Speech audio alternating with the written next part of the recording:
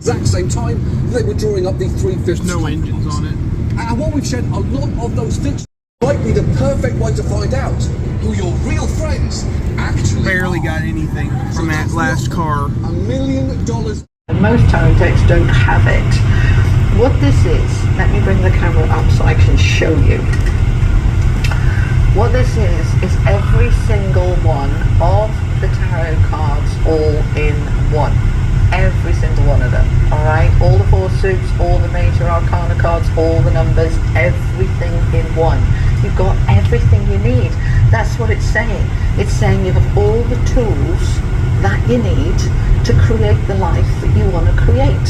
And the new life is waiting with lots of different options and choices for you. It's really good. Okay, alright, so let's have a look then. So we've got some cups and some coins and some swords and some wands, beautifully balanced for you, alright? But we're starting with the woman holding the heart. Now notice that she's holding it outside of her body. This is like I pulled my heart out, I'm wearing my heart on my sleeve, and I'm really looking at what I connect with, who I connect with. I want to come from a place of love. I want my life to be lived from my heart, not from my belly and full of fear. I think there's a flag Not that's from Gila my in the middle. mind with its buts and ifs and doubts. I want to live from my Yep, heart. there is. So, because 5268 I want to again. connect so strongly with my heart, I want to love what I do. I want to love who I'm with. I want to love life. So I need to look at my options and choices here, and I need to do a bit of work on them, okay? So am I aligned with loving life and loving people and a loving heart? Am I aligned with that? Or am I aligned with struggle and lack and life's really hard and I hate this and I hate that and this is awful? We need to come to the heart, lift into the heart, lift from the belly into the heart, alright? When we live life from the heart, it's beautiful, you know? It can be, if you haven't experienced that yet, it really can be. So, for some of you this is related to a job, because we've got the 8 of coins here. And I know not all of you work, and not all of you want to work, so lots of you are retired and things, okay? Or stay-at-home parents, or stay-at-home carers. That's still work, bloody hard work as well. But for those of you in a job, are you living from the heart? Do you like your job? Do you enjoy it?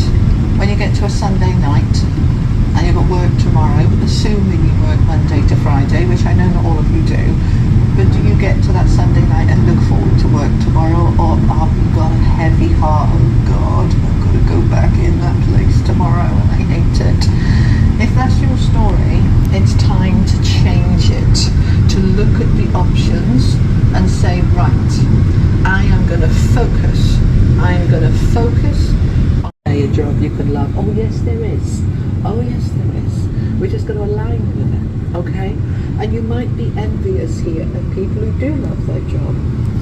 People who are following their creative passions, their inspirations, who really enjoy what they do, who come home at the end of the day feeling they've made a difference, they feel fulfilled, they feel enriched, they feel inspired.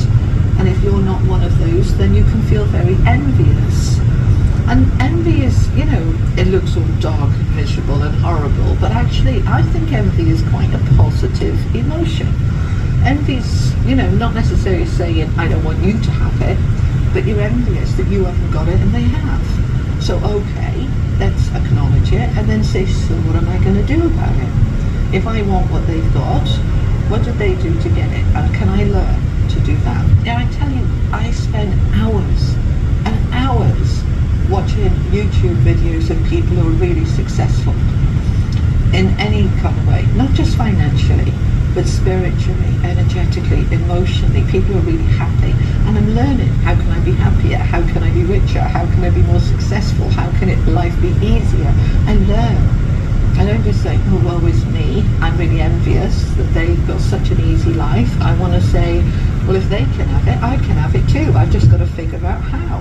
And I did that. I started that in 2019. The people's victories and wins, let go of any envy and attachment, and you're going to align with, I'm going to do the work I need to do to open up other choices, to start living from the heart.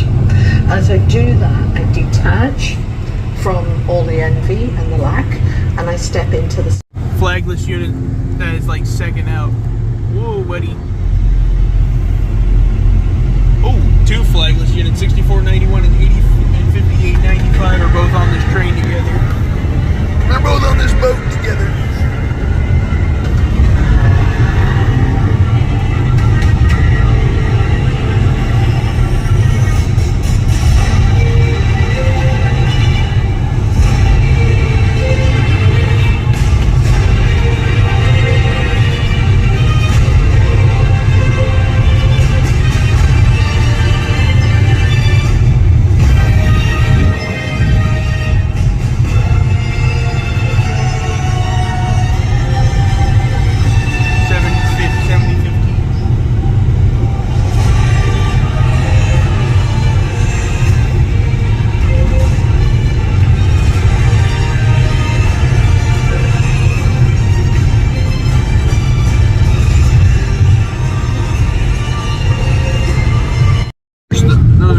Those are not moving because the Casa Grande moves these. He obviously he's won the Vuelta, so he knows how to do a 3-week race.